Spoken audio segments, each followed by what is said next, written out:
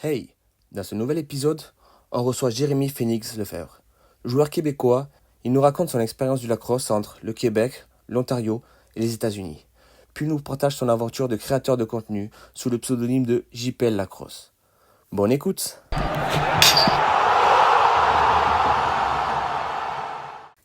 Hey, bienvenue dans ce tout nouvel épisode du podcast Relax, le podcast du lacrosse français. Et aujourd'hui, on reçoit avec nous un invité de marque, puisqu'il s'agit de Jay Phoenix, joueur de D2 puis de D1, et également créateur de contenu, plus connu sous le nom de JPL Lacrosse. Jay, comment ça va? Ça va super bien. Comment ça va, Kev? Bah écoute, ça va super aussi, je te remercie. C'est vraiment un énorme honneur de te recevoir sur le podcast Relax. Tu es un petit peu, je vais pas dire notre modèle, mais on t'a suivi depuis, enfin, on te suit depuis un petit moment maintenant. Et franchement, te voir, je vais pas dire en face, mais presque, c'est vraiment un plaisir. Merci beaucoup. Merci beaucoup. Merci de l'invitation. Merci de m'avoir. Tu sais, c'est un peu ça aussi. Tu sais, c'est aider un petit peu entre créateurs de contenu puis gens juste qui aiment beaucoup la crosse puis qui veulent aider le sport. Fait que, Yes, super. Jay, est-ce que avant de commencer, est-ce que je peux te laisser te présenter, s'il te plaît? oui, oui, évidemment. Donc, c'est ça. Comme il a dit, Jérémy Phoenix Lefebvre. Je suis venu à Montréal. J'ai commencé à jouer à la crosse dans une petite ville sur la rive nord qui s'appelle Terrebonne. Terrebonne-Mascouche, c'est comme l'association est un petit peu ensemble. Euh, donc j'ai commencé là, surtout beaucoup jouer au box, parce que j'ai appris ça. Après, tranquillement, j'ai eu la chance d'avoir des opportunités à aller jouer en Ontario. Je me suis fait voir par euh, coach de secondaire où ce que j'ai eu la chance d'aller à un prep school vraiment concentré sur la crosse en Ontario. Puis après ça, j'ai en même temps comme eu la chance de jouer en Ontario Junior A, qui est le meilleur niveau junior de crosse intérieur au Canada, même je dirais en Amérique du Nord.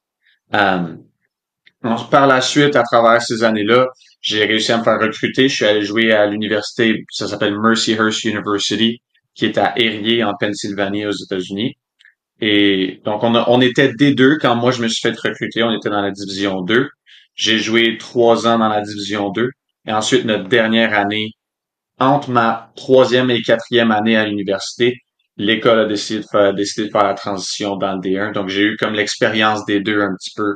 Euh, qui était quand même tu sais, un jump, un saut, tu sais, un changement qui était assez difficile à faire pour l'équipe en général, puis individuellement pour tous les joueurs de l'équipe. Puis à travers ces années-là, j'ai décidé de créer la page VL Lacrosse avec mon frère. Donc un peu comme toi, Kev, c'est avec mon... Mais moi, c'est le contraire. Moi, je suis le petit frère, puis c'est mon grand frère qui m'aide à tu sais, tout ce qui est logistique en arrière-scène, faire des montages et tout ça. Donc, on a décidé de créer la page dans le but de euh, parce que ma vie m'amène beaucoup à être à Toronto puis aux États-Unis pour la crosse. J'avais moins l'opportunité de revenir au Québec et donner des pratiques, essayer de coacher et redonner ce que moi j'ai appris à travers ces années-là. Donc, on s'est dit qu'on allait créer une page puis comme utiliser ça pour donner mes connaissances et j'ai quelques amis qui m'aident un petit peu des fois avec du contenu, donner ce que nous on a appris à ces gens-là. Puis là, ben, avec tout ça, ça m'amène à faire un podcast avec Relax de la France, qui maintenant on est rendu à travers l'océan. Fait que, C'est c'est fait que génial, ouais, c'est franchement. super cool, mais C'est génial. Jay, comment est-ce que tu découvres le lacrosse, toi? en le fond, comment ça avait commencé, je pense que j'avais 13, 14 ans, quelque chose comme ça. Je rentrais au secondaire, je venais de finir comme le primaire. J'avais joué à beaucoup de sports d'été dans le passé. L'hiver, ça a été le hockey, évidemment, étant canadien, pendant presque 15 ans, quelque chose comme ça. L'été, ça a été toujours plus difficile. J'arrivais comme pas à trouver mon sport. J'ai commencé au soccer, j'ai joué au football, j'ai fait du baseball et tout. Il y avait comme rien qui accrochait vraiment. Je jouais juste quelques années. Puis, un de mes anciens coachs de hockey que j'avais eu comme 2 ans avant, on avait eu une bonne relation avec moi, mes parents, tu sais, on aimait bien ce qu'il apportait comme individu. Euh, Lui, avec une personne qu'il a connue à travers les années, ils ont décidé de créer l'organisation de cross, comme je disais, de la ville de Terrebonne et Mascouche ensemble. Et donc, la première année qu'ils l'ont créé, je jouais encore au baseball. Je me suis comme pas lancé dedans encore. Puis là, j'ai quelques amis qui sont allés l'essayer, puis je voyais que, tu sais, eux avaient du plaisir, que c'était un peu moins, ce que j'aimais, c'est que c'était un peu moins, euh, très, très sérieux. Admettons, tu sais, le hockey, c'était très, très intense. Tu sais, on jouait à un niveau élite. Fait qu'il fallait que tu performes à chaque partie. Tu sais, fallait que tu fasses attention à ce que tu fais. La crosse, quand ça a commencé dans mes débuts à moi, c'est vraiment plus comme, hey, si tu fais une erreur, c'est vraiment pas grave. Tu sais, tu y retournes après, il y a aucun problème. Fait que j'aimais comme ce côté-là. Donc, après ma troisième année de baseball, j'ai décidé d'aller faire la transition, d'aller essayer le sport. Puis parce que j'avais déjà quelques amis, c'était un peu plus facile de rentrer où ce que tu rentres pas dans un sport où tu connais personne. Donc ça l'a commencé tranquillement. Puis là, dans la première année, je suis vraiment tombé en amour. C'est comme venu naturel pour moi c'était un peu même le même principe de manier un bâton, de la coordination avec les yeux puis les mains, tout ça. Donc c'est vraiment venu naturel. Puis après, ben c'est ça, tu sais, ça a évolué. J'ai évolué avec cet ancien coach de hockey-là. Lui, il s'occupait plus du côté administratif de l'organisation. Sa connaissance amie à lui était vraiment genre le coach qui nous donnait la technique. Ça a été super le fun. Lui, il m'a vraiment appris comme toutes les bases de comment jouer. Puis après, j'ai réussi ces deux personnes-là ensemble, avec l'aide de d'autres personnes, nous ont créé des opportunités pour que j'aille jouer en Ontario, que j'aille jouer aux États-Unis et tout ça. C'est beaucoup de la faute de ces deux gens-là que maintenant je suis ici et que j'ai réussi à faire Ok, ce que je fais en ce moment. parfait. Jay, du coup, toi, tu commences en tant qu'extrascolaire, c'est ça? Exactement. Donc, c'était après l'année scolaire et tout, c'était vraiment comme juste une équipe de ville ensemble pour comme passer le temps pendant l'été un petit peu. Que malheureusement, quand moi j'étais encore ici, quand moi je jouais encore au Québec, il n'y avait pas vraiment de ligue scolaire, c'était très très petit. Tranquillement, pas vite, ils essaient de faire une ligue. Juste cette année, ils ont eu une ligue de Sixes au secondaire au Québec. Donc tranquillement, ils essaient, je pense, d'utiliser tu sais, ce genre de nouveau sport-là pour créer ça. Donc, je pense que tu sais, il y a de plus en plus de jeunes maintenant au Québec qui utilisent le côté scolaire pour commencer à jouer à la crosse. Ok. Donc, à partir de quel moment, toi, tu pars vraiment dans le scolaire? Donc ça, je dirais, c'est à peu près après ma quatrième année. Donc, ce qui est arrivé, c'est que j'ai joué U15. Je sais pas si ça marche comme ça en France, les niveaux. Ouais, ça marche comme J'ai ça. joué U15. OK, parfait. J'ai joué U15 mes deux premières années. Ensuite, j'ai joué U17. Ma dernière année U17, c'est là que j'ai réussi à créer une connexion avec un entraîneur de secondaire en Ontario où ce qu'on on en a commencé à se parler. Il a voulu m'inviter, donc là, on a comme on a passé à travers tout ce qui est documents et euh, faire mes transferts de école québécoise à école de l'Ontario. Et puis, fait que je dirais, c'est, admettons, la sixième année du secondaire, vraiment, que là, je suis allé en Ontario pour me concentrer à mélanger l'école et la crosse. Avant ça, au Québec, je faisais tout le temps le hockey et l'école en même temps. Puis vraiment, j'ai fini mon secondaire 5 au Québec. Après, je suis allé en Ontario. J'ai fait 2 ans de secondaire en Ontario. Puis ensuite, j'ai transféré à l'université à Mercyhurst en Pennsylvanie. Ok. Comment, euh, comment se passe ton transfert à l'université du coup de Mercyhurst? Donc, ma situation est un petit peu spéciale parce que je me suis fait prendre par le COVID. Mes années de recrutement pour aller à l'université étaient pendant le COVID. Donc, tu sais, plus ou moins de tournois pour aller jouer devant des entraîneurs ou d'aller à des pratiques de leur équipe et tout. Puis en plus, on n'avait pas le droit de passer la frontière ou rien. Fait que ça a été très, très difficile. Donc, c'est très, très, très important on a fait toutes, tu sais, des vidéos avec nos éléments, tu sais, les jeux, nos meilleurs jeux de la saison. Donc, mon équipe scolaire, on avait tout ça, tu sais, une petite vidéo que on pouvait envoyer à certains entraîneurs. Pour ces entraîneurs-là, c'est sûr que c'était un petit peu plus difficile, tu sais, de faire du recrutement parce qu'une vidéo, c'est bien, mais c'est pas mieux que de voir le joueur, tu sais, en personne dans une partie. Fait qu'on a tout fait une vidéo comme ça. Ma situation qui est arrivée, en fait, c'est que Je parlais à quelques écoles. Il y avait 3 écoles à laquelle je parlais déjà où ce que j'avais réussi à envoyer mon vidéo. On avait créé une connexion. Puis Merciers, finalement, ont appelé mon entraîneur au secondaire pour demander à propos d'un autre joueur dans notre équipe que eux avaient vu d'une façon ou d'une autre, j'en ai aucune idée. Puis mon entraîneur du secondaire, lui, a aussi apporté mon nom dans la conversation, puis leur a envoyé mon vidéo. Puis les entraîneurs de Mercier ont aimé mon vidéo, ont été très, très, très intéressés. Fait qu'après, eux m'ont appelé, on a comme commencé une relation avec eux.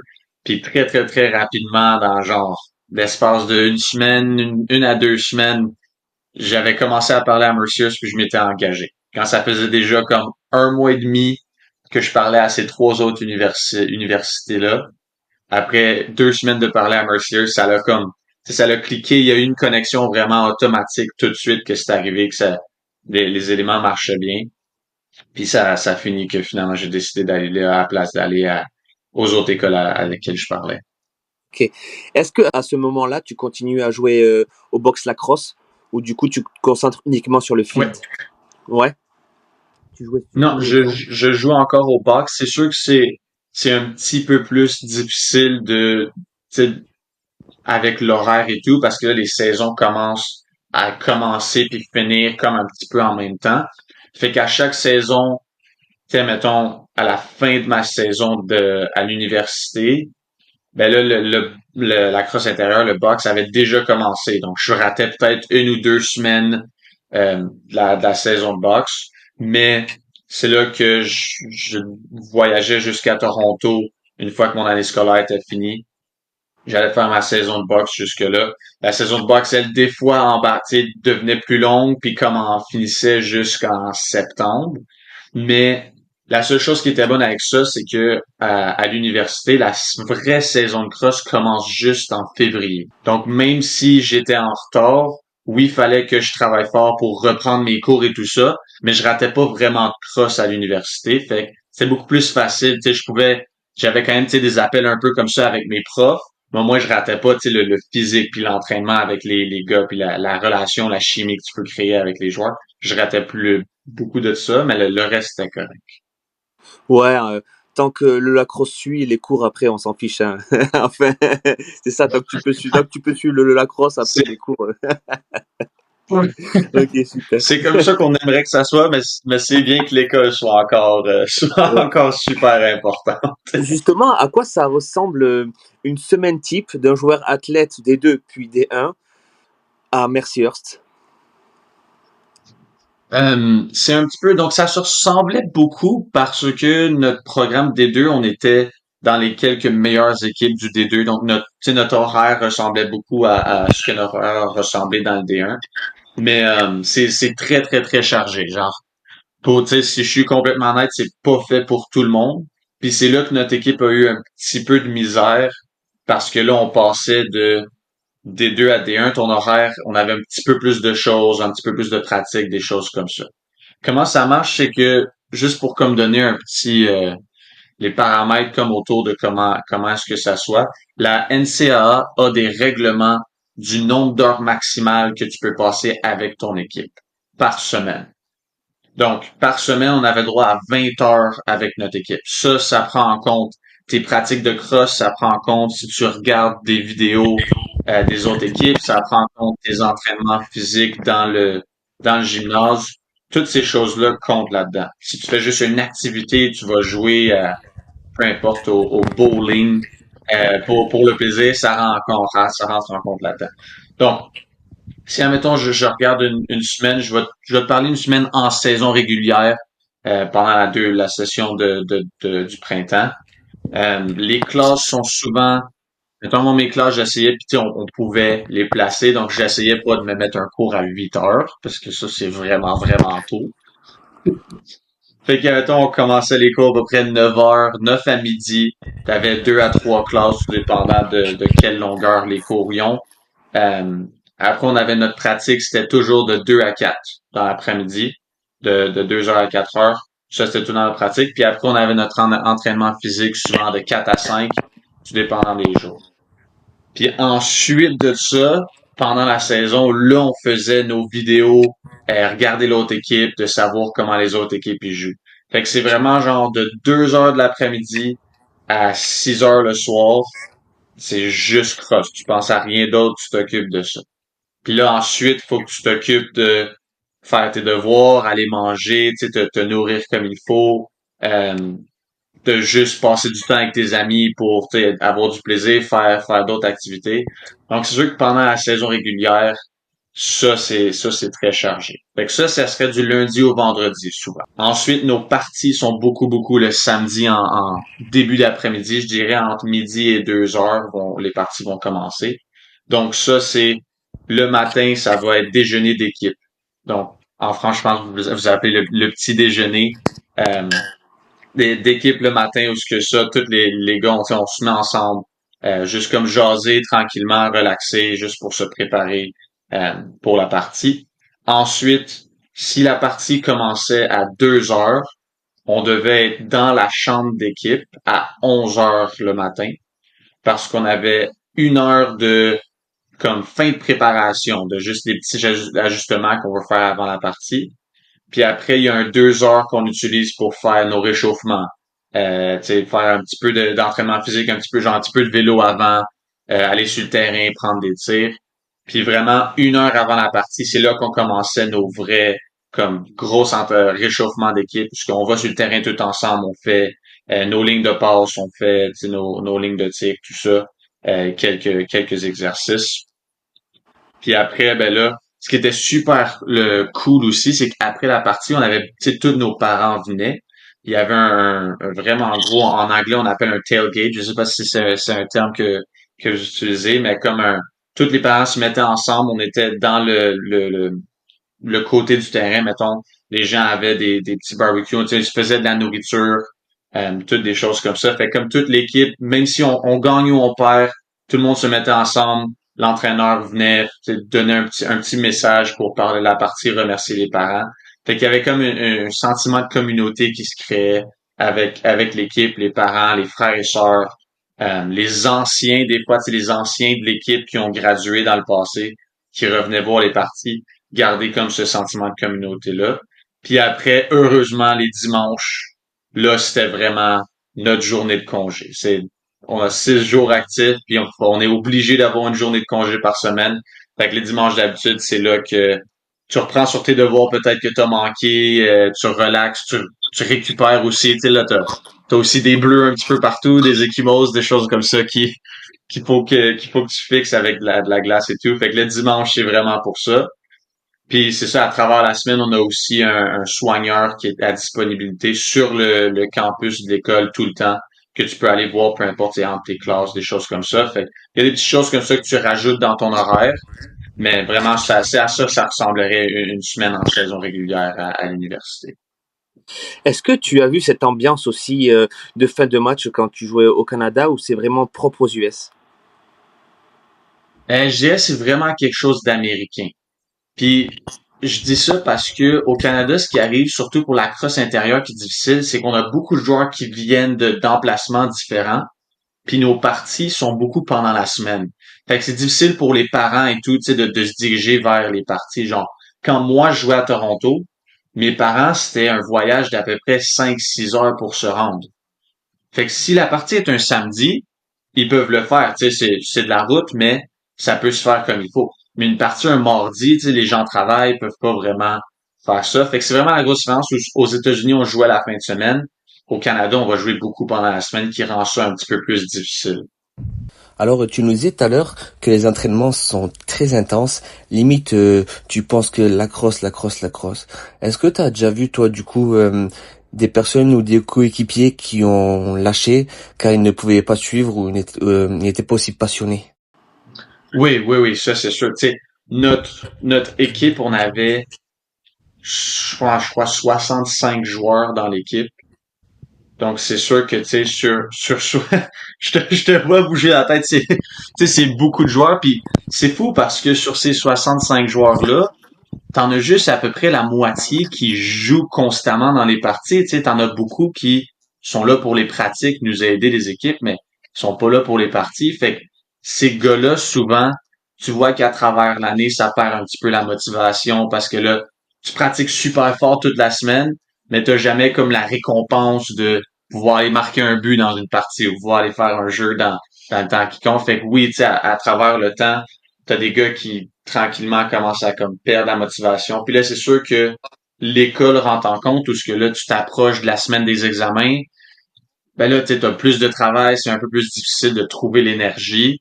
Fait que c'est un milieu qui est difficile, puis c'est là la différence entre la meilleure équipe qui gagne le championnat et l'équipe qui est juste à côté de gagner le championnat. C'est l'équipe qui a, eux, gagné le championnat. Ils ont été capables d'avoir beaucoup plus de joueurs qui sont concentrés encore dans le travail constant. Euh, Est-ce que tu peux nous dire à quoi ressemblait la structure de Mercyhurst? Oui, ouais, non, c'est super, super beau. Puis je pourrais vous envoyer une petite photo ou quelque chose après. C'est un campus vraiment le fun. Euh, mais c'est pas un super gros campus. Tu sais, c'est très différent de les grosses universités que tu vas entendre, genre au Michigan, des choses comme ça. C'est totalement différent. Nous autres, tu sais, nous, on est un campus fermé où ce que on est tous comme ensemble. Il n'y a pas de, tu sais, d'établissements dispersés dans la ville. C'est tout sur la même propriété. Et on a juste à peu près 3000 élèves, qui est quand même petit pour une université aux États-Unis. Ce qui fait que la marche entre où ce que j'habitais puis le terrain était à peu près juste de 5 minutes, ce qui est vraiment facile à faire pour aller prendre plus de tirs, des choses comme ça. Donc, à quoi ça ressemblait si on regarde, mettons, une map du côté gauche, peut-être que c'est opposé avec la caméra, mais en tout cas, du côté gauche, c'est pas mal tous les bâtiments pour les élèves où ce que nous on habite. Donc ça va être les appartements, des choses comme ça. Ensuite, le milieu va être les classes, les laboratoires pour les cours de sciences, tout ça. Puis le côté droit est plus concentré pour le côté athlétique. On avait 3 terrains athlétiques, donc 3 terrains artificiels. Un principal avec les estrades un petit peu plus grosses où ce que notre équipe de football jouait, où ce que on jouait. Ensuite, à côté, on avait un terrain de soccer ou de football. C'est que vous vous dites là et de baseball ensemble. Puis ensuite, on avait un terrain de pratique qui était un petit peu plus élevé en arrière. Où ce que là, c'était vraiment, il n'y avait pas vraiment de partie, c'est vraiment juste pour toutes les équipes d'aller pratiquer quand ils veulent. Ensuite, on avait 3 salles d'entraînement physique. Donc, il y en avait une vraiment concentrée avec les gros racks et tout, super bien pour les bars et tout ça. Il y en avait une un petit peu plus petite qui était à côté de notre chambre d'équipe, qui, elle, on rentrait pas toute l'équipe ensemble, mais c'était très très bien si tu voulais juste comme aller t'entraîner un samedi extra ou quelque chose comme ça. Puis en plus, ensuite, il y en a un qui lui est public dans le sens il est ouvert à toutes les gens de l'école, même les gens qui font pas de sport. Les 2 autres, c'est vraiment juste pour les équipes athlétiques. Puis le troisième, c'est pour tous les autres élèves. Et encore quand même, les athlètes peuvent aussi y aller. Euh, Puis ensuite, on a 2 gymnases, tu sais, pour jouer basketball, volleyball, tu sais, tous les sports intérieurs dans ce sens-là. Donc ça ressemble pas mal à ça, je crois, qu'on avait de l'athlétique. Puis après, on avait aussi, j'allais oublier notre aréna de hockey, évidemment, qui était là. Puis toutes les équipes, on a notre propre chambre allouée aussi, qui est super cool, parce que tu peux laisser tes choses. Tu sais, dans notre chambre, on avait divan, télé, des films et tout, ce que tu peux aller t'asseoir puis relaxer. Tu sais, entre nos classes, souvent, tu peux pas remarcher jusqu'à chez toi. On va juste tout dans la chambre, on se retrouve là, met un petit film ou tu sais, genre YouTube, quelque chose comme ça, où ce qu'on pouvait juste jaser, niaiser un peu ensemble. Fait que tu sais, c'est d'autres choses comme ça qui vraiment vient créer ce sentiment d'appartenance, de chimie, de communauté là, des petits détails comme ça qui font la différence. Alors, je fais juste une petite parenthèse pour ceux qui du coup, ne comprendraient pas ce que veut dire chambre. Grosso modo, c'est l'expression québécoise pour dire vestiaire, c'est ça? Ouais, ouais, ouais. Ouais, voilà. Ok. Voilà, super. Non, c'est juste, je faisais cette petite parenthèse parce que il y en a, tu sais, on n'a pas beaucoup. On a des Québécois, mais on n'en a pas beaucoup. Et super, merci. Et au niveau du matériel, comment ça se passe? Est-ce que c'est des contrats ou est-ce que c'est toi qui, du coup, qui dois acheter ton propre matériel? Donc, Ça, c'est très, très différent dépendamment de l'université. Évidemment, les grosses universités reçoivent plus de matériel que les plus petites universités. Nous, comment c'était? Notre équipe a un contrat avec une marque, tout dépendant. À chaque quelques années, ça change. Donc, nous, on était avec Maverick. Euh, donc, à chaque année, on reçoit tout l'équipement qu'on a besoin Maverick. La seule chose que nous, on devait acheter nous-mêmes, c'était nos crampons, nos souliers à crampons.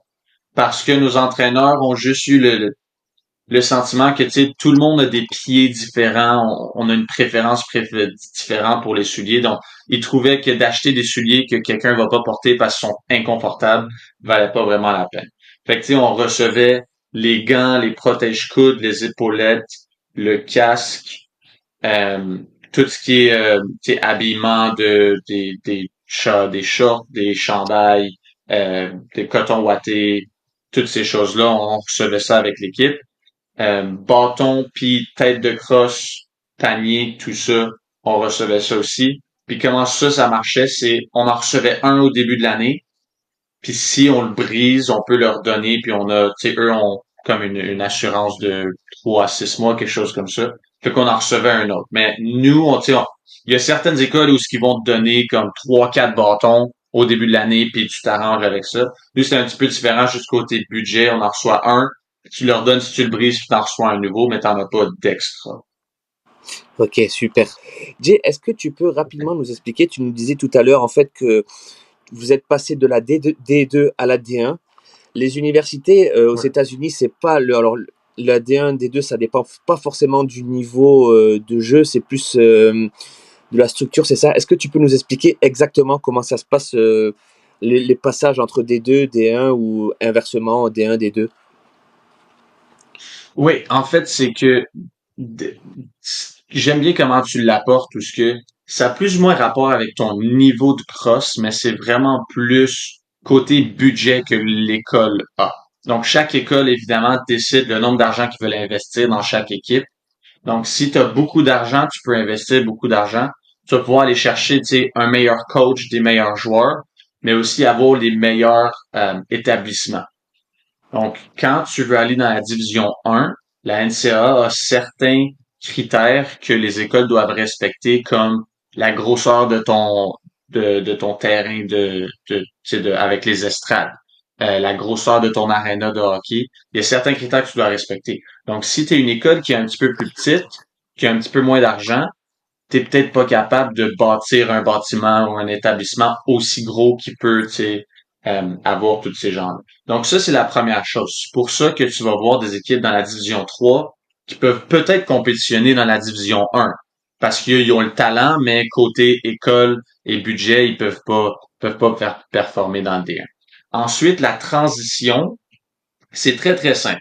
En fait, c'est que la chose qu'il faut, tu dois te trouver une conférence. Donc, tu dois trouver une conférence qui va t'accepter. Puis comment ça marche, c'est que toutes les équipes dans cette conférence-là vont avoir tu sais, une discussion ensemble, voir si ça leur dérange d'accepter une nouvelle équipe. Ensuite, s'ils disent oui, tu as une conférence. Après, c'est sûr que tu dois collecter beaucoup plus d'argent. Tu sais, parce que là, tu vas avoir plus de dépenses, tu vas voyager sûrement un petit peu plus, tu dois donner un peu plus tu sais, d'équipement à tes joueurs. Puis comme je disais, tu dois changer tes établissements pour qu'ils soient un petit peu plus gros. Donc ça, c'est l'autre chose. La chose qui est très, très, très difficile, comme nous, quand on a changé de D2 à D1, c'est que tu as des restrictions dans le sens que cette année, on n'avait pas le droit de jouer pour le championnat de conférence. Parce que la NCA veut, c'est très difficile parce que la NCA veut te donner une chance de t'adapter à la division. Mais là, ça fait que nous, notre première année, on avait comme rien, tu sais, comme aucun but. Il y avait comme rien de qu'on essayait de jouer pour essayer de gagner. C'était vraiment juste, on joue nos parties de saison. Quand la saison est finie, on n'a pas de série, tu sais, on n'a pas de championnat. C'est dernière partie de saison, on s'en va chez nous. Fait que c'est un petit peu difficile. Fait que ton championnat de conférence et championnat américain au complet collégial, ceux-là, tu peux pas les gagner avant un certain nombre d'années que tu fais. Après, de changer de division vers le bas, ça arrive Ça, ce qui arrive malheureusement, c'est souvent ça, l'école vont le faire, puis vont fermer beaucoup d'équipes parce qu'il y a beaucoup de joueurs qui vont décider de s'en aller pour rester dans la division où ce qui était avant. Fait que ça, malheureusement, ça arrive où ce que tu perds une équipe. Mais encore, ça vient, tu sais, c'est tout le temps une question d'argent puis de combien tu peux dépenser pour chaque équipe. Ok, super. Merci beaucoup pour ta réponse. Jay, alors si je dis pas de bêtises, alors si et surtout si j'ai bien compris, je crois que c'était ta dernière année de joueur, c'est ça, à l'université? Oui. Ouais. Est-ce que tu continues à jouer au lacrosse derrière ou est-ce que tu vas stopper? Donc, côté jouer extérieur, c'est sûr que je vais pas poursuivre le côté professionnel. Ça m'intéresse plus ou moins. J'aime beaucoup plus la crosse intérieure ou tu sais, le box. Ça, c'est ma préférence. Donc, côté la crosse extérieure, oui, je vais peut-être, tu sais, sûrement peut-être arrêter. Je vais peut-être tu sais, aller, je te dis pas s'il y a une opportunité qui se présente à moi. Je suis ouvert, tu sais, à regarder les opportunités, à voir ce qui est proposé. Sinon, du côté cross-box, cross intérieur, en ce moment, je joue dans le senior A, qui est parce que j'ai dans le junior A, on a des années d'éligibilité aussi. Tu peux juste jouer jusqu'à l'âge de 21 ans. Ensuite, tu dois aller jouer dans le senior. Donc, et en même temps, cette année, vu que j'ai gradué de l'université, c'est mon année de repêchage pour la NLL, la Ligue professionnelle de boxe. Donc, je me croise des doigts que l'été aille bien puis que tu sais que je réussis à me faire voir puis me faire prendre par une équipe. Puis après ça, ben c'est vraiment juste tu sais, de travailler fort puis de réussir à faire l'équipe à quelque part dans la ligue professionnelle si je peux. Alors justement, est-ce que tu peux nous expliquer un petit peu, parce que nous, en France, on connaît pas tellement ces histoires, tu sais, de repêchage, tout ça. Est-ce que tu peux nous expliquer un petit peu comment ça Mhm. marche? Oui, fait qu'est-ce qui arrive, c'est que donc si tu joues dans la NCAA, techniquement, en tant qu'athlète, tu signes un contrat que tu joues à ton sport d'un côté amateur. Donc, tu n'as pas le droit de faire de l'argent, tu as le droit de te faire payer pour jouer ton sport. Donc, ce qui va arriver, c'est qu'admettons, je vais aller jouer à la crosse intérieure dans le junior jusqu'à l'âge de 21 ans. Une fois que je finis mes années juniors, j'ai le droit de rentrer dans le repêchage pour me faire sélectionner par une équipe professionnelle.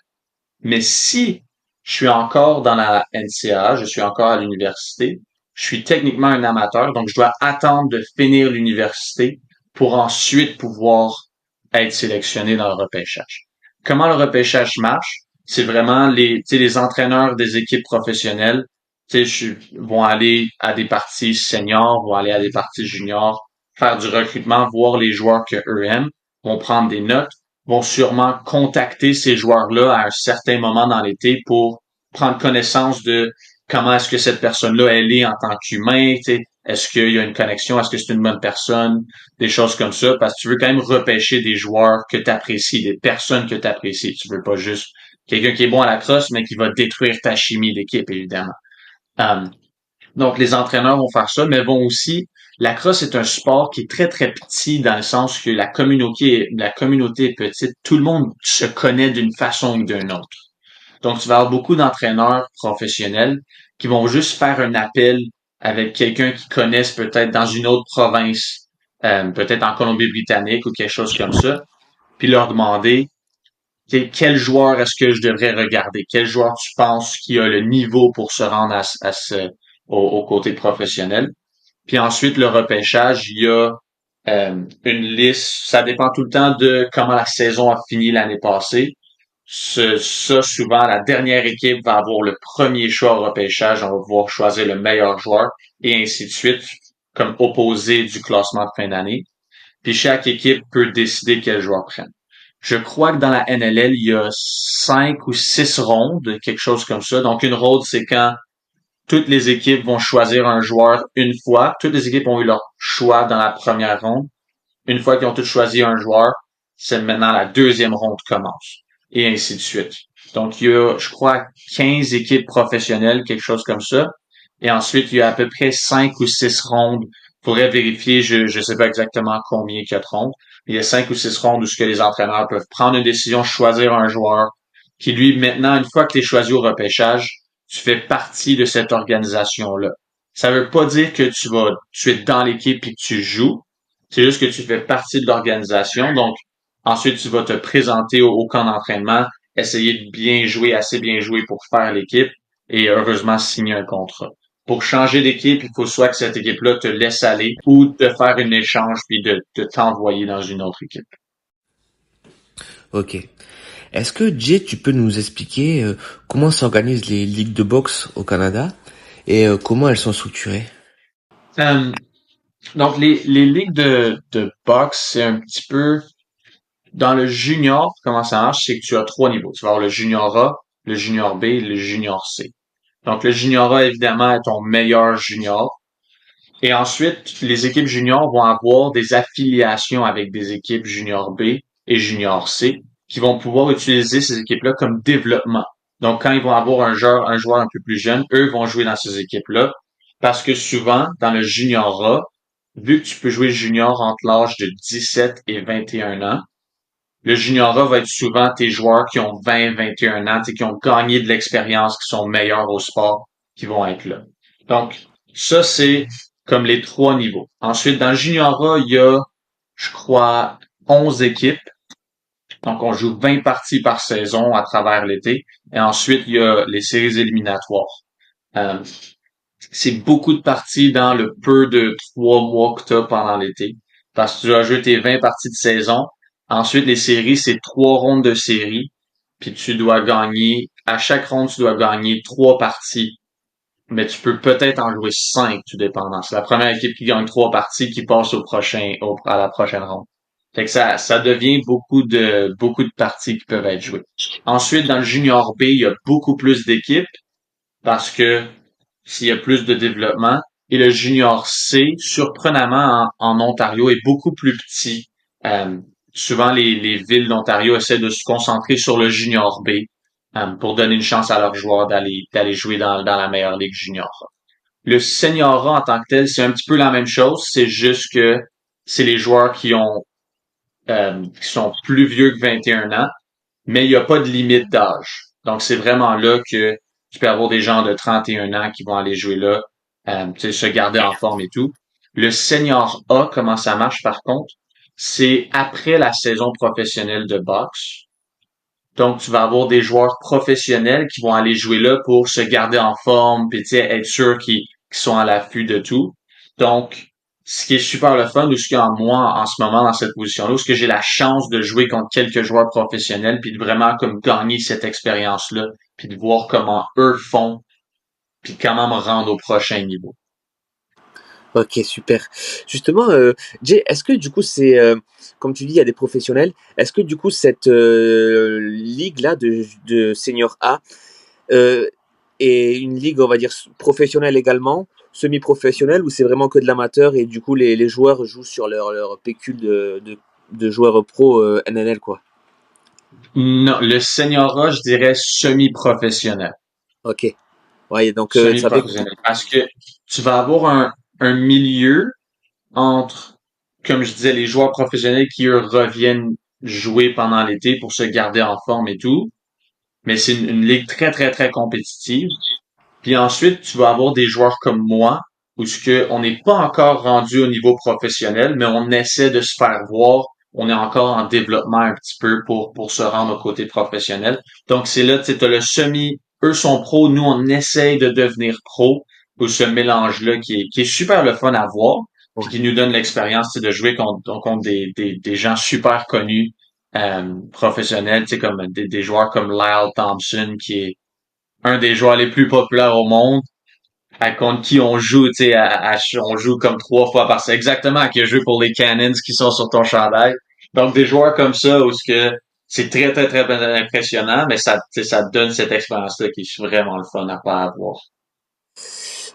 Du coup, dans quelle équipe tu joues toi, Jay, là à l'heure actuelle? Je crois que c'est les Kodiaks, c'est ça? Ouais, les Kodiaks de la ville de Cobourg, qui est un petit peu en dehors de la ville de Toronto.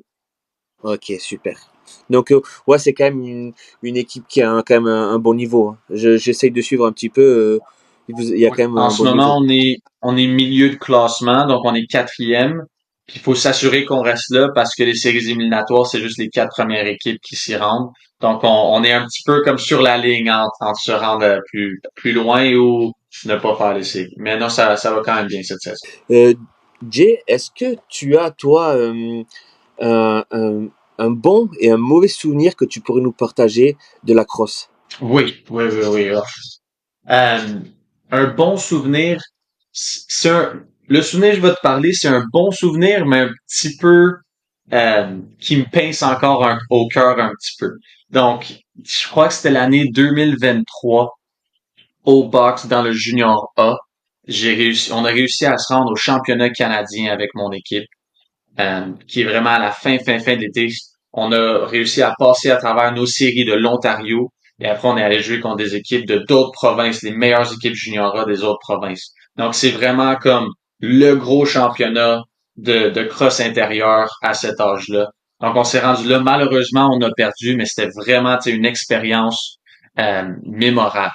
Dans la même année, après je suis retourné à l'école. Dans la même année, on a avec mon équipe à Mercyhurst dans le D2. On s'est rendu au championnat collégial D2 de la NCAA, que malheureusement, on a aussi perdu. Donc, c'est pour ça que je te dis, une année mémorable pour les expériences que j'ai eues, mais un petit pincement au cœur parce que on a perdu les deux championnats dans la même année, le Canadien et le championnat américain. Donc ça, mais ça, c'était vraiment, des moments. Le championnat de la NCAA des deux, on a joué dans le stade de la NFL des Eagles de Philadelphie, qui rentre 70 000 personnes. Bon, le stade était pas plein quand on a joué, là, je vais te dire ça. Il y avait peut-être 5 à 10 000 personnes qui étaient dans les estrades pour nous regarder. Le stade gigantesque jusqu'en haut. Fait que, une expérience super le fun. Puis nos parties du championnat canadien, eux, étaient télévisées à la télévision canadienne pour nos parents qui peuvent regarder tout ça. Fait que, des sentiments comme ça, que ça arrive pas à tout le monde. Fait que c'est vraiment, vraiment cool. Une année vraiment que je vais me rappeler pour très, très, très longtemps.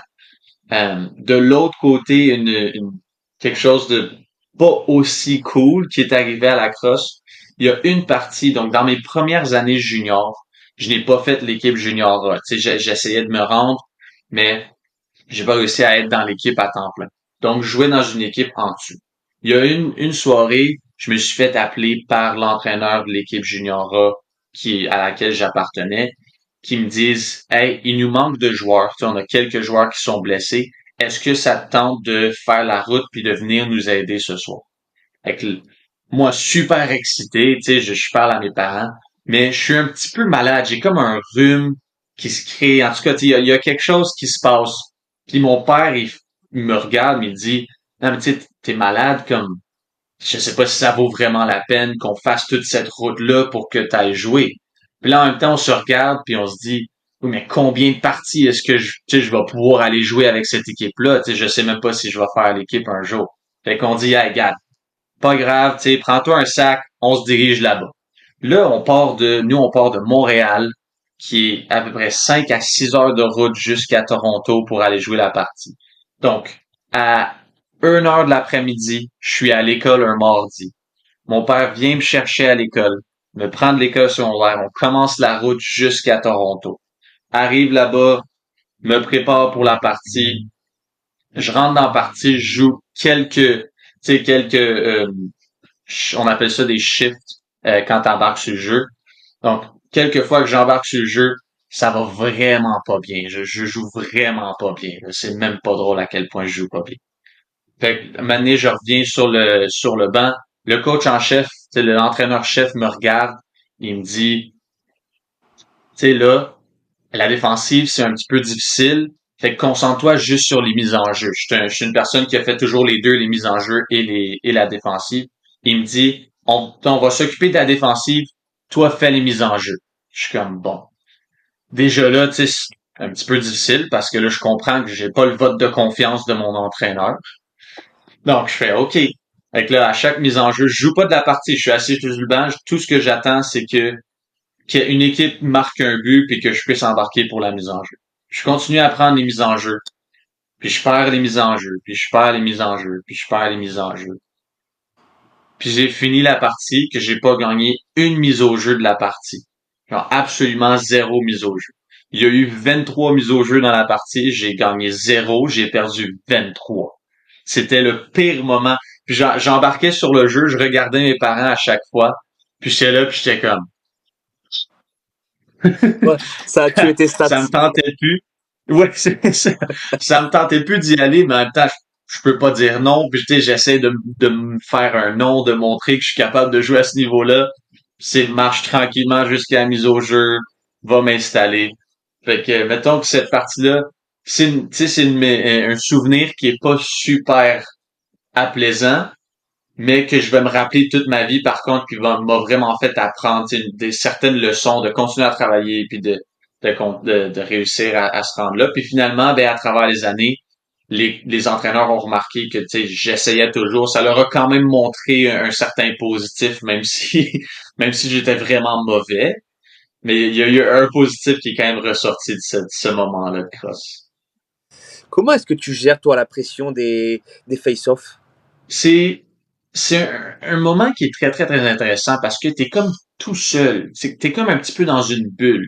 C'est pas, je dirais pas que c'est aussi pire qu'un gardien. Qu'un gardien, t'es vraiment tout seul dans ton coin. C'est pas comme un gardien, mais t'es un petit peu tout seul c'est vraiment une situation à un contre un. Tu peux pas vraiment avoir beaucoup d'aide des côtés parce que si je fais vraiment mal mon travail, l'autre personne va gagner puis ça lui donne un gros avantage. Donc, j'essaye de juste comme le garder en plaisir. J'essaie, tu sais, je vais avoir une communication avec l'autre joueur de mise en jeu de l'autre équipe, puis j'essaie de me garder un sourire. Même si j'ai perdu lui d'avant, tu sais, c'est pas grave, tu sais, je vais lui donner le point, y montrer un certain respect, faire comme, bon, ben, tu sais, celui-là maintenant, c'est mon tour. Lui, c'est ma mise au jeu, c'est moi qui va la gagner.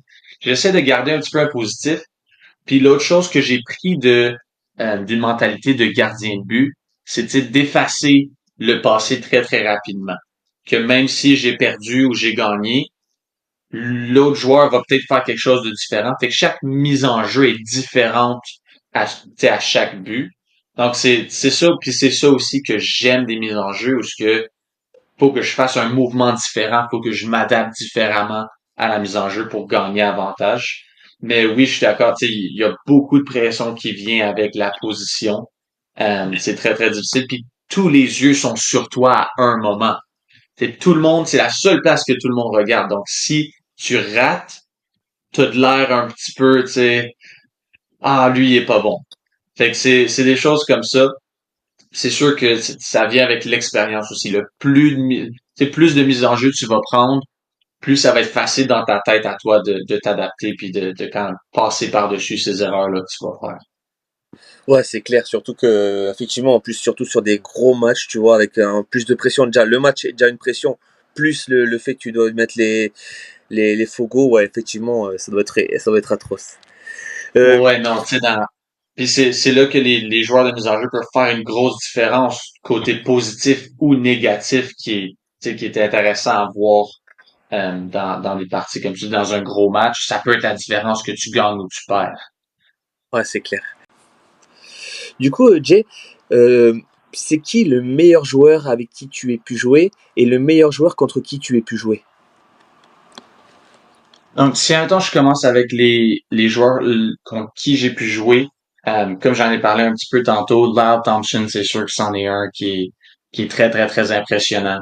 Euh, qui lui a tu sais, un respect autour de la partie qui c'est quasiment frustrant en tant que moi je joue à la défensive d'aller le frapper puis d'essayer de lui enlever la balle parce que tu te dis il a tellement un grand respect puis il joue tellement la partie comme il faut puis gentil que c'est comme ça me tente pas de lui faire mal, tu sais, ça me tente pas de le blesser ou quelque chose. Fait que lui, il est quasiment difficile à jouer parce qu'il est trop gentil dans la façon qui agit autour de la game, si je peux l'appeler comme ça.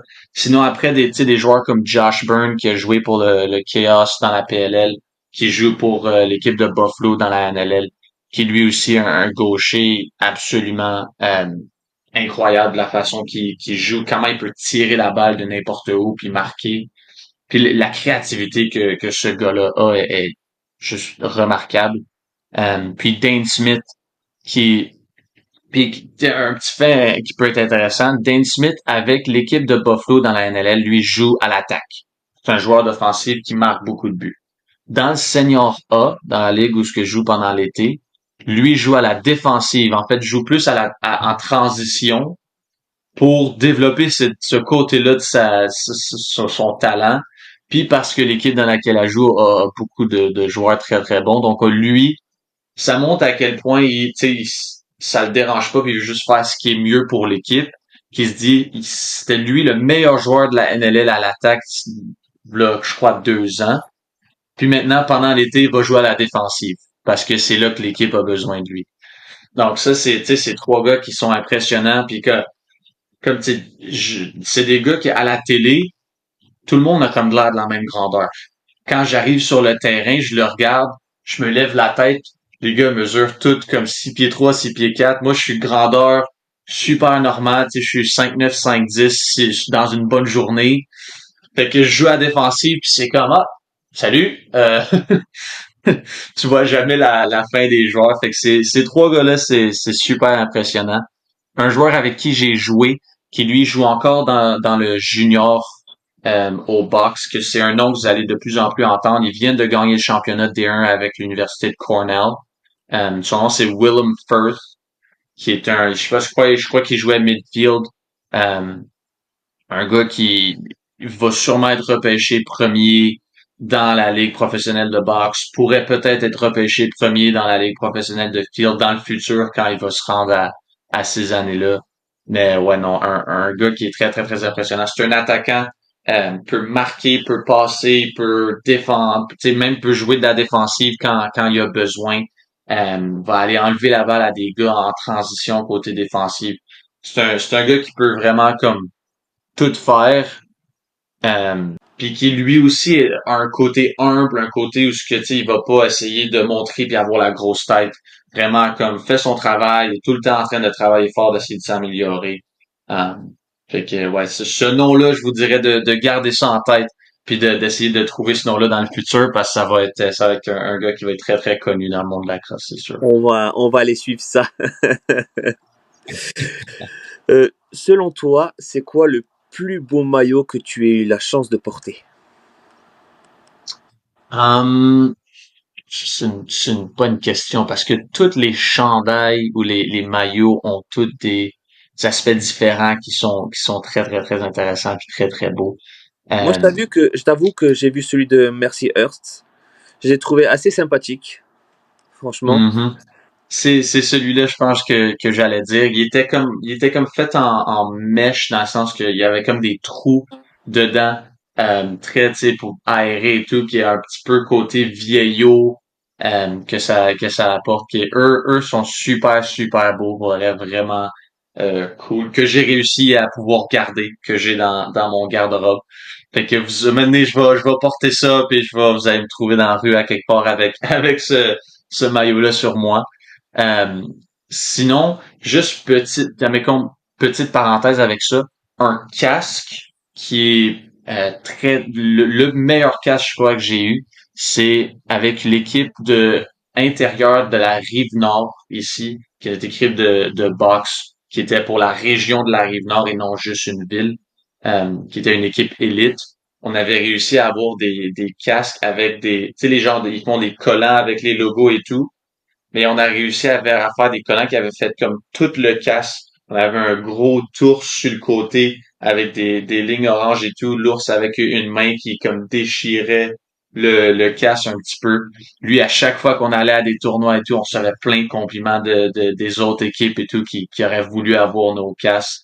Fait que ça, je sais que c'était pas la question, là, mais un casque qui Non, était mais, vraiment, vraiment, vraiment cool, c'était lui. Puis comme tu disais tantôt, je vous enverrai des photos de ceux-là parce qu'ils étaient vraiment impressionnants. non, mais franchement, on prend aussi. Tout ce que tu as à nous partager, on prend, ne t'inquiète pas. Et, Euh, inversement, est-ce que tu as un maillot que tu as déjà vu ou déjà porté que tu n'as pas trouvé ouf? hum, Ça, c'est difficile. Je t'avoue, j'ai pas un maillot en tant que tel que j'aime pas. Il y a une couleur, je trouve que le brun a plus ou moins d'affaires sur un maillot, si je suis honnête avec vous. Une ligne, peut-être. Je peux comprendre. Mais un maillot qui est tout brun, je le comprends. Je suis pas capable de commencer à aimer ça, tu sais, ça marche juste pas. Dans ma tête, je vois le brun, c'est comme, oh, ça a pas de l'air beau, ça. Super, je te remercie. Euh, Est-ce que toi, t'as une... J'espère que vos maillots d'équipe à vous sont pas bruns à toi et Non, ton frère. non, non, non, non. J'ai pas le mien. Je sais pas si j'ai le mien là. Après, nous, on n'a pas des maillots. Nous, c'est des pini qu'on a. Je te le montrerai après si tu veux. Et donc, Les voilà. pennies, c'est aussi un petit peu moins cher, c'est un petit peu plus facile à Il utiliser. Puis tu y a peux c'est le fait que tu peux les faire réversibles ça fait aussi. que ça, tu sais, c'est beaucoup plus facile à avoir pour les parties. Je suis Et, ouais. d'accord avec toi. Ouais. Et toi, Jay, comment tu te fournis du coup en matos? Ben là, tu sais, c'est sûr que ça l'aidait avec l'école, qu'on recevait beaucoup de choses. Euh, Malheureusement que maintenant je joue plus à l'école. Il y a certains magasins, tu sais, en Ontario, il y a deux comme gros magasins assez principaux qui ont des choses qui sont aux alentours de la ville de Toronto, donc je passais quand même par là assez souvent. Donc ça, c'était pas si pire, tu sais, pour arrêter rapidement à se prendre quelque chose. Euh, Sinon, aux États-Unis, donc ma copine vient des États-Unis, elle habite à côté d'un magasin de cross qui est un peu comme Lax.com, mais qui est Lacrosse Unlimited, qui est comme un autre, tu sais, le même genre de magasin. Donc, des fois, je vais passer par elle pour aller me prendre quelque chose, puis quand on se rencontre, ben, je reprends l'équipement, je le ramène à la maison. Euh, donc, en ce moment, c'est un petit peu comme ça. Fait que c'est très, très, vraiment plus facile que vous, je pense. Ouais, ouais, je pense aussi carrément. Euh, Justement, comme on parle de matériel, alors Jay, quelle est ton arme pour la saison prochaine? En, j'ai fait un nouvel essai. Donc, avant, j'utilisais beaucoup la tête Maverick, la Optic 3, que j'ai beaucoup utilisé à l'école. Cette année, pour l'été, j'ai décidé de changer un petit peu parce que là, au box, j'ai un rôle beaucoup plus défensif. Donc là, en ce moment, mon bâton, c'est un euh, Under Armour, un grip que je crois même plus qu'ils font ces bâtons-là. Je pense que c'est ça. Il y a quelques années, ils ont arrêté de les faire. Mais c'est un bâton fait justement pour le box qui est très très épais. Puisque j'ai juste pas envie de plier plein de bâtons à travers la saison. Donc ça, c'est mon bâton. La tête, j'utilise encore la marque Maverick, mais c'est la tête avec Havok, je crois, qui est une tête un peu plus défensive, qui est faite pour les LSM ou les long poles. Ensuite, le panier, en ce moment, je crois que j'ai un East Coast Die Hero 3.0. Euh, Puis j'aime un panier un peu plus comme milieu vers le bas, mettons, de mon panier, juste parce que je trouve que j'ai un meilleur contrôle, surtout à la défensive pour comme réussir à récupérer la balle puis être capable de pas la perdre sans me faire frapper. Donc ça, c'est en ce moment. La tête toute blanche, les cordes toutes blanches, tout ça. Le bâton est comme gris argent, quelque chose comme ça. Ok, super, je te remercie, Jay. Je voudrais revenir sur un truc que tu disais. Tu, euh, Tu es donc du coup maintenant pas loin de l'Ontario. Et donc du coup, tu es pas loin de Toronto. Et surtout, tu n'es pas loin des Toronto Rocks. Est-ce que ça Mhm. t'arrive d'aller voir de temps en temps des matchs de NNL ou pas du tout? Euh, oui et non. Je dis oui et non parce que dans le passé, c'est arrivé un peu plus souvent, mais avec l'université, notre saison était comme en même temps vraiment que la saison de boxe professionnelle. Donc ça devenait un petit peu difficile des fois parce que si on joue le samedi à l'école, ben je voulais pas aller à une partie le vendredi soir, que ça finisse tard, je revienne à la maison, je me couche tard. Donc ça, c'était un petit peu difficile, mais oui, c'est arrivé. Je suis à cause que mon école, par contre, était dans la ville de Erie, qui est très très proche de Buffalo. Ça m'arrivait plus souvent d'aller voir les Bandits de Buffalo que d'aller voir l'équipe de Toronto. Euh, Heureusement, maintenant, il y a aussi une équipe à Ottawa, la capitale du Canada, qui est à peu près à 1 heure et demie, 2 heures de où ce que j'habite au Québec. Donc, peut-être réussir à aller voir plus de parties avec cette équipe-là. Mais j'aimerais vraiment ça, être capable, tu sais, d'aller voir une partie dans chaque aréna, au moins une partie de chaque équipe, ça serait quelque chose qui est sur la liste vraiment à faire pour le futur, qui va, c'est sûr, va prendre du temps, mais qui serait vraiment le fun à réussir à accomplir. C'est clair. Et du coup, c'est quoi, quelle est ton équipe préférée en NNL? Ouh, ça, c'est une bonne question. C'est une très, très bonne question parce que à travers les années, j'ai réussi à connaître des gens qui ont fait partie de plusieurs organisations. Hmm. Euh, hmm. C'est sûr que tu sais, l'équipe de Buffalo, très le fun parce qu'ils sont excitants, tu sais, ils sont super bons, ça fait 3 ans qu'ils gagnent. Puis les fans, tu sais, les gens autour de l'équipe de Buffalo sont dédiés à leur équipe. Tu sais, pour le reste, c'est comme les fans les plus fun à voir puis à faire partie.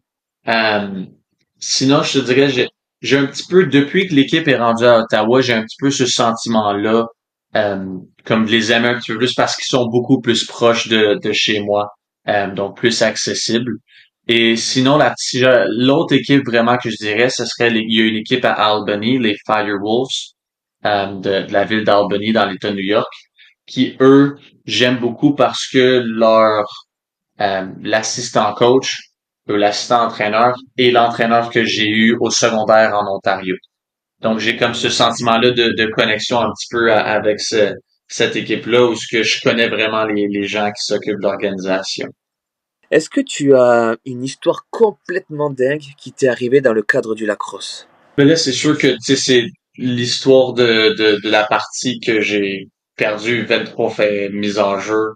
C'est sûr que c'est assez haut dans mon classement. Euh, Des fois, il y en a, ils nous racontent que, tu sais, ils se sont fait sauter des dents ou, tu sais, des trucs comme ça, tu vois. Des trucs comme ça qui euh, sortent un petit peu à- de... à- Je vais, je vais vous la raconter, mais c'est arrivé littéralement il y a un mois. Je sais pas si vous pouvez voir la cicatrice. J'en ai une aussi sur le nez ici. Euh, il y a à peu près un mois, dans une partie de Senior A, je me suis fait prendre à être obligé de me battre avec quelqu'un. Ça me tentait vraiment pas, c'était pas ça mon but. Mais en tout cas, tu sais, dans le feu de la partie, le casque s'est enlevé, puis il a fallu que mais bon, en tout cas, moi qui a pas tant d'expérience dans la bataille, là, j'ai toujours juste joué la partie pour jouer la partie, jamais été cette personne-là qui fait ça. Euh, Mettons que mon manque d'expérience a été assez évident dans comment est-ce que la partie est arrivée. Mais ouais, tu sais, j'ai su et ça tu sais, un coup de poing qui est comme bien arrivé de côté, qui m'a comme un peu comme arraché le côté. Mais en tout cas, pour donner je peux donner un peu de détails, là, ça me dérange vraiment pas. Puis j'en ai j'ai une troisième aussi juste là en dessous du sourcil. Il a fallu que j'ai à peu près comme je sais pas, 15 points de suture, quelque chose comme ça. Waouh. Il y a à peu près un mois, mon œil était super, super enflé. Que tu peux voir encore un petit peu que cet œil-là est comme pas aussi ouvert, mais ouais, la dernière fois que j'ai joué, puis que là, j'attends en ce moment de récupérer puis de me replacer là pour retourner à jouer cet été. Mais ouais, mettons que donc c'était pas super, c'était pas voulu comme situation, mais faut Ah ouais, faire avec. waouh. C'est fou. Et puis en plus, moi, ce qui me fait rire, enfin, c'est qu'il y a quand même cette culture-là en Amérique du Nord de la bagarre. Nous, le boxe lacrosse, c'est très très compliqué. C'est limite interdit. Tu te fais exclure directement. Et Ouais. non, ouais, ça. Et je trouve ça assez rigolo parce que j'ai déjà vu des mecs se faire exclure juste parce que tu sais, tu bouscules un peu le casque ou quoi que ce soit. Et quand tu vois que c'est limite s'il n'y a pas de bagarre en Amérique du Nord, ben c'était pas un bon match. Je trouve ça fou. Est-ce que tu as aimé du coup te Ouais, bagarrer? quasiment. Mais c'est ça, c'est un peu, tu sais, ça fait encore toujours partie du Ah sport ouais, ici puis de la ouais, ouais. culture. C'est ouf. Euh, Et du coup, est-ce que tu as aimé te c'est bagarrer? Est-ce que tu es un futur goon ou oh pas? non, pas partout. Non, tu seras pas un Zéro, futur goon? zéro, zéro, zéro. La culture en tant que telle, tu sais, je suis d'accord avec le fait que si, admettons, il y a un joueur qui va chercher ta star puis qui fait tu sais, un coup qui est méchant, je suis d'accord avec, tu sais, va le voir puis s'occuper de lui. Je suis pas tout le temps d'accord avec le fait de comme enlever tes gants puis de commencer à te battre. Ça, c'est peut-être un petit peu extrême des fois, mais tu sais, ça fait partie de la partie ici, de comment un petit peu c'est joué, de comment défendre ton joueur. Je crois que tu sais, ça a sa place à certains moments, la plupart du temps, ça devrait sûrement pas faire partie de là. Mais c'est sûr qu'il y a certaines exceptions où ce que tu dis, ce gars-là le méritait, mais en même temps, est-ce qu'il y a vraiment quelqu'un à quelque part qui mérite de se faire frapper direct d'en face? Je sais pas. Mais tu sais, Ouais. c'est un petit peu, je suis un petit peu pris dans cette décision-là de est-ce que vraiment ça devrait être là? Oui, non, c'est difficile encore dans ma tête de prendre une décision là-dessus. Ouais, ouais, mais bon, écoute, ça fait enfin, quand ça ira mieux, ça te fera une super anecdote. Et puis je te dis, pareil, tu vas prendre goût, tu vas devenir un goons. Et après, c'est toi, tu sais, qui, qui défoncera les mecs, là. Tu sais. Je Bon, sais pas, j'ai clairement pas le corps pour faire voilà, ça. Je mais suis genre on va te 5 pieds retrouver. 10, 170 C'est pas livres, grave. j'ai pas On le, va te retrouver blindé aux stéroïdes, avec des gros bras, des gros pecs, en train de fracasser des mecs. je vais, je vais devenir un combattant de MMA. Ah. Non, mais c'est génial. J'adore cette anecdote. Je te remercie énormément, Jay. Jay, on va quitter ta carrière de joueur de la crosse, qui a Mhm. été super intéressante, pour du coup maintenant partir un petit peu sur ta carrière de créateur de contenu. J'ai pas Ouais. mal de questions également là-dessus. Déjà, du coup, alors je sais que tu nous as expliqué, mais est-ce que tu peux nous préciser un peu plus? Comment est-ce que toi tu décides à créer du contenu? Donc ouais, c'est vraiment ma vie m'amène, tu sais, à être beaucoup à différentes positions, différentes places en Amérique du Nord, que ce soit à Toronto, que ce soit aux États-Unis et tout. C'est très, très difficile pour moi de revenir à la maison puis de redonner mes connaissances aux jeunes d'ici. Tu sais, j'ai été chanceux de avoir des très, très bons entraîneurs au Québec qui m'ont montré comment bien jouer au sport pour vraiment m'améliorer. Puis le but, tu sais, dans tout sport, c'est qu'une fois que tu réussis à bien faire dans ta carrière, maintenant c'est ton rôle, je crois, en tant que personne, c'est de revenir puis d'aider maintenant le prochain jeune qui lui commence ce sport-là. Donc j'aurais voulu faire ça puis tu sais devenir entraîneur puis aider ici, mais je suis pas beaucoup au Québec. Donc j'ai pris la décision, c'est quoi tu sais, la façon la plus facile de donner des comme des leçons ou des conseils aux jeunes, c'est surtout aujourd'hui dans le monde qu'on vit, c'est à travers les réseaux sociaux, tu sais, de faire des choses comme ça, comme le podcast, de partager des expériences et tout. Donc c'est un peu comme ça que j'ai pris cette décision-là. Puis je voulais tu sais, être capable de faire un peu plus que juste où ce que j'étais, tu sais, d'aller toucher des gens qui sont peut-être un peu plus à l'extérieur, un petit peu plus loin. Euh, donc, des choses comme ça. Donc, avec mon frère, j'ai réussi à le convaincre d'embarquer dans ce bateau-là, de commencer ce projet-là ensemble. De lui, il passe beaucoup de temps à monter des vidéos, à faire des choses comme ça. Moi, je vais passer, tu sais, plus de temps actif à faire le côté cross.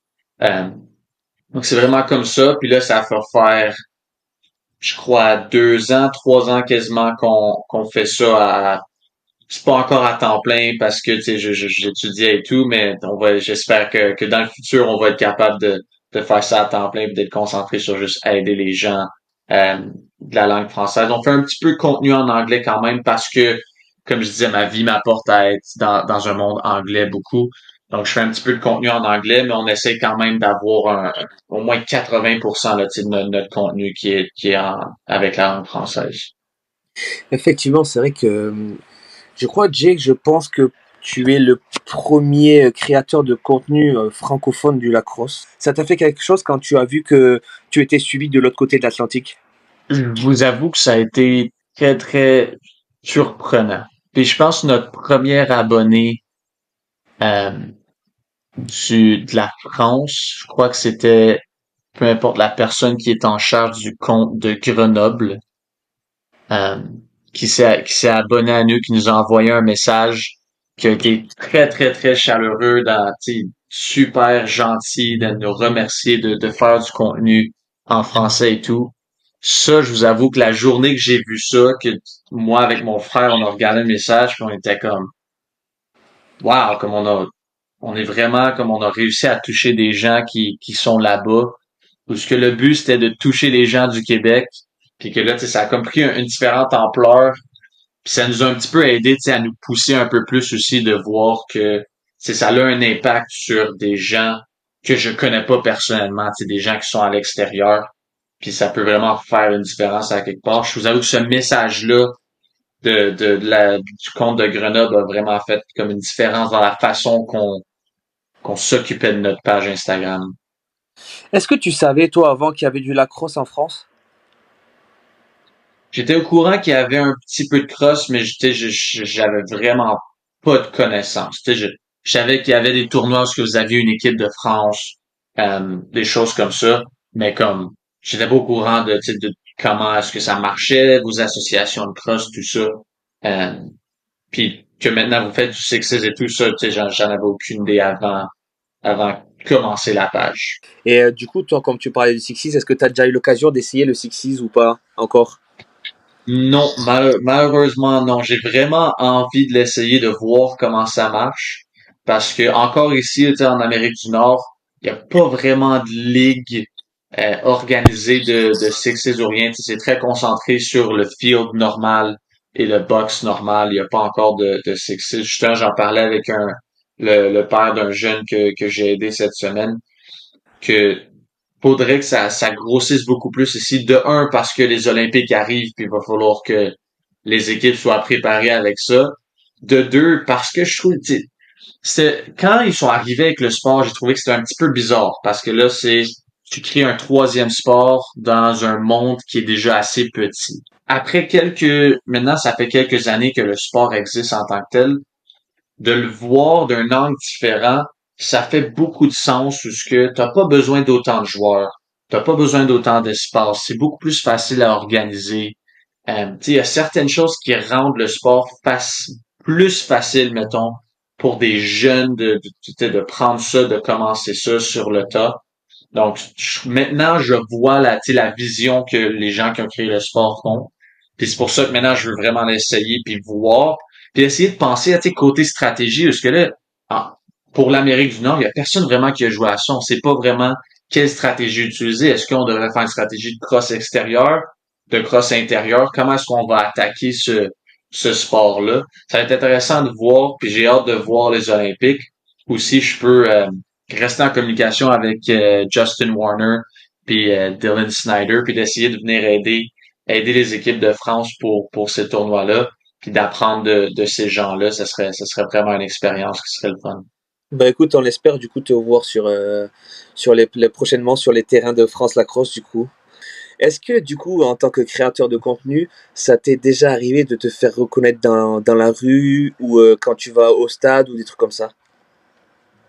Dans la rue, non, je suis pas encore rendu là. C'est arrivé par contre des fois. Il y a quelques pratiques d'association ici ou quelque chose quand je reviens que je vais me présenter pour tu sais, venir aider puis en même temps faire un petit peu de contenu avec ça et tout. Puis que je vais être juste sur le côté, c'est même pas sur le terrain, je veux juste être comme sur le côté. J'attends de parler à l'entraîneur-chef qui est en charge là pour voir. Puis c'est arrivé quelques fois où il y a quelques jeunes qui vont venir pendant la pratique, venir me voir. euh, comme tu sais, eux semblaient être un petit peu tu sais, impressionnés dans le sens qu'ils trouvaient ça cool de me voir, qui était la première fois que c'était arrivé, c'était vraiment comme un sentiment très très bizarre de faire comme il y a quelqu'un à qui j'ai jamais parlé personnellement. J'ai aucune idée c'est qui tu sais, ce jeune-là qui joue à la crosse, j'ai aucune idée c'est quoi son nom.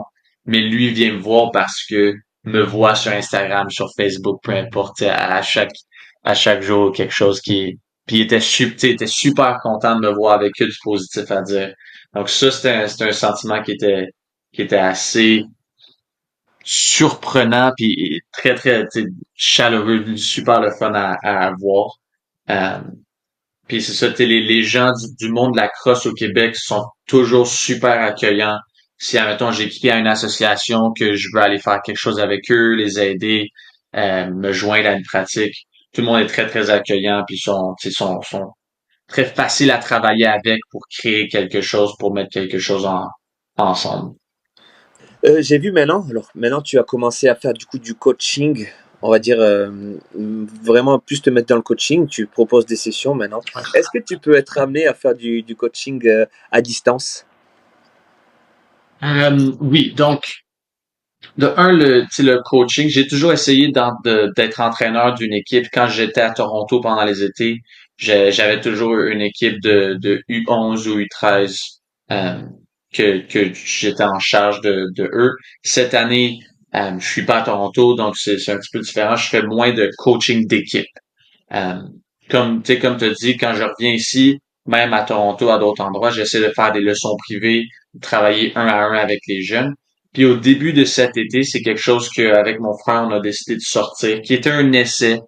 C'était vraiment un début cet été, de faire des leçons en ligne, dans le sens que on, une personne tu sais, a une demande de ce qu'ils veulent travailler, on se fait tu sais, un vidéo comme ça, un appel comme ça dans ce même genre-là, où je peux vraiment bien comprendre ce que cette personne-là veut. Ensuite, on met un plan ensemble, on crée un plan euh, de notre côté pour donner puis décrire les exercices aux gens.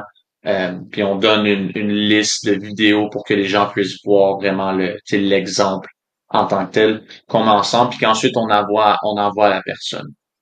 Tout dépendant on a 3 forfaits différents, tout dépendant des forfaits qu'on a, il y a certaines choses tu sais, qui viennent avec. Tu sais, le forfait le plus gros vient que je te donne mon numéro de téléphone puis que tu peux m'écrire tu sais, personnellement beaucoup plus souvent. On se fait des appels tu sais, à chaque comme 2 semaines, tout dépendant quand la personne en a besoin. Si elle pense que c'est 3 semaines, on fait ça, mais un peu plus, c'était un suivi beaucoup plus rigoureux avec ces personnes-là. Euh, mais oui, c'est quelque chose qu'on a essayé. C'est sûr qu'il est à améliorer. Tu sais, il y a certaines choses qu'on a vues qu'on va vouloir améliorer pour le futur, voire pour l'été prochain. Mais oui, c'est quelque chose qu'on a commencé à faire, de voir comment est-ce que ça marcherait. Est-ce qu'il y avait un intérêt de un, tu sais, c'est difficile des fois de créer un produit ou un service puis de vraiment trouver l'intérêt des gens. Parce que c'est quelque chose, tu sais, faire une leçon privée, beaucoup d'intérêt dans le sens que c'est une leçon un à un tu sais, en live, je peux te donner des conseils tout de suite. C'est pas tout le monde qui est capable d'apprendre à distance. C'est difficile d'apprendre à travers des textes, à travers des appels à distance. Donc tu sais, c'est pas les mêmes genres de personnes qui vont avoir l'intérêt pour ces forfaits-là. Donc c'est pas pour tout le monde, mais tu sais, il y a quelques personnes, c'est plus facile. Puis en même temps, ben, nous, ça nous permet d'aider plus de gens. Parce qu'il y a des personnes, même au Québec, qui habitent un petit peu loin de où ce que nous faisons nos leçons. Donc, même quand on fait nos leçons, eux peuvent pas vraiment venir passer beaucoup de routes. Mais au moins, on peut quand même les aider puis leur donner des plans puis, c'est vraiment comment s'améliorer pour devenir un meilleur joueur puis atteindre le prochain niveau. Ok. Donc voilà les gars, si jamais en France ça vous intéresse, du coup, vous pouvez contacter JPL Lacrosse. Les tarifs sont vraiment très très corrects. Donc voilà, si jamais ça vous intéresse de progresser, voilà, n'hésitez pas à aller voir JPL Lacrosse. Jay, qu'est-ce qu'on peut te souhaiter pour ton avenir dans le lacrosse? Hmm, c'est une bonne question. Je vais le diviser en 3 choses parce que je dirais, tu sais, ma vie dans la crosse, c'est un petit peu en ce moment comme en 3 différentes branches. Ok. Donc, il y a la branche côté, comme on a parlé pendant un bout, la branche contenu. C'est sûr que j'aimerais ça côté contenu, pouvoir tu sais, réussir à faire ça à temps plein, de pouvoir tu sais, tout mettre mon énergie là-dedans. Euh, puis tu sais, de réussir à grossir un peu de ce côté-là. Si après je parle de la branche en tant que joueur, comme j'en ai parlé plus tôt, c'est sûr que je veux tu sais, être repêché dans la NLL, voir où ce que ça peut m'amener. Donc, tu sais, je continue à travailler là-dessus, mais ça serait vraiment le fun. Ce serait vraiment c'est le rêve de depuis quelques années qui finalement arriverait pour moi. Puis de l'autre côté, euh, coacher, tu sais, côté coaching, juste être entraîneur, qui est une partie de la course que j'adore, que je vais vouloir faire. Je fais déjà, mais je vais peut-être prendre, tu sais, plus sérieusement dans le futur. Euh, c'est sûr que j'aimerais ça être capable de, tu sais, à réussir à coacher une équipe, peu importe le niveau, mais d'avoir beaucoup de succès, de réussir peut-être même gagner un championnat, quelque chose du genre qui est 3 branches, tu sais, 3 choses. Donc, si une des 3 arrive, je vais être content. Si les 3 arrivent, c'est sûr que là, ça, c'est le monde parfait, mais bon, en tout cas, on sait que ça marche pas comme ça, mais je dirais que c'est ces trois choses-là vraiment que j'aimerais qu'ils arrivent dans un futur. Bah écoute, on te souhaite tout ça. Merci beaucoup. Merci beaucoup. Jay, je te remercie énormément du temps que tu nous as accordé. Merci beaucoup, c'était vraiment un plaisir de t'avoir sur le podcast Relax. Et je te dis à très vite, j'espère. J'adore ce que vous faites, le fait que vous essayez de pousser, puis que tu sais, on travaille les deux dans la même direction d'essayer d'aider le sport.